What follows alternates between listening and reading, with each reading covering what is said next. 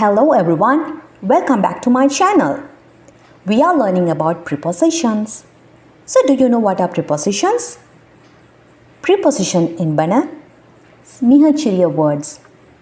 அவை ஒரு சென்டென்ஸில் உள்ள வெவ்வேறு எலிமெண்ட்ஸை கனெக்ட் பண்ணுது. ஒரு ப்ரிப்போசிஷன் சென்டென்ஸில் இருக்கக்கூடிய நவுன் அல்லது ப்ரோனவுன் மற்றைய வேர்ட்ஸ் கூட என்ன ரிலேஷன்ஷிப் வைத்திருக்குது அப்படின்றத சுட்டி காட்டக்கூடிய மிகச்சிறிய words. So there are several prepositions. For example, to, for, in, on, as well as about. Our today's preposition is about. இன்றைக்கு நாங்கள் about பற்றி பார்க்கலாம்.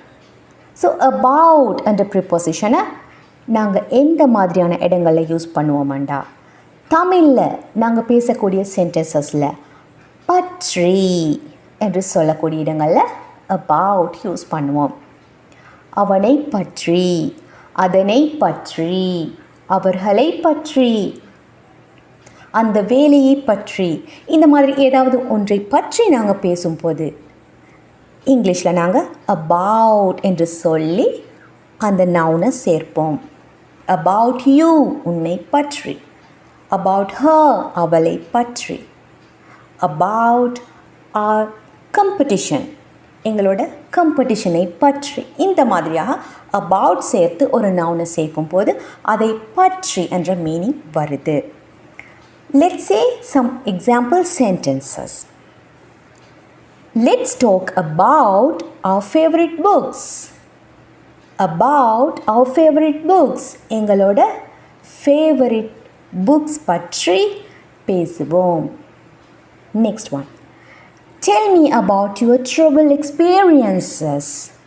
About your trouble experiences உங்கள் பயண அனுபவங்கள் பற்றி சொல்லுங்க. Got it? Next. We had a discussion about our project. About our project. எங்கள் ப்ராஜெக்டினை பற்றி நாங்கள் பேசிக்கொண்டோம். See the next one also. She has worried about her brother. About her brother. That is a person. அவளோட brother பற்றி அவள் கவலைப்பட்டாள். She has worried about her brother. He asked about you. He asked about you. உன்னை பற்றி. About you. அவன் உன்னை பற்றி கேட்டான், விசாரித்தான். ஓகே, about you என்பது உன்னை பற்றி. About him அவனை பற்றி.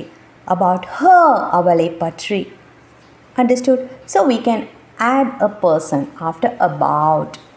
So அந்த பர்சனை பற்றி என்பதாக அமையும். Next, I'm so excited about my trip.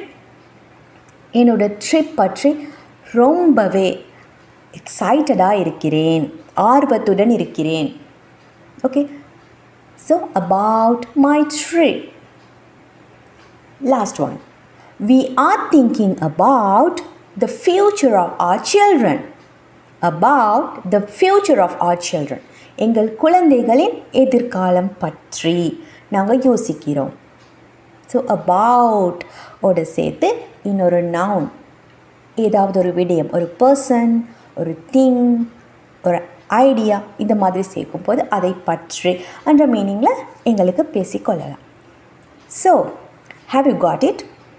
Now you can use about in your sentences.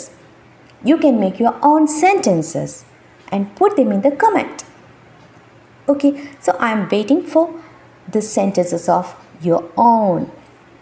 And இந்த வீடியோ உங்களுக்கு பிடிச்சிருந்துச்சுண்டா click the like button and also subscribe my channel to get more videos about English grammar. So wait for the next preposition. Until that, take care everyone.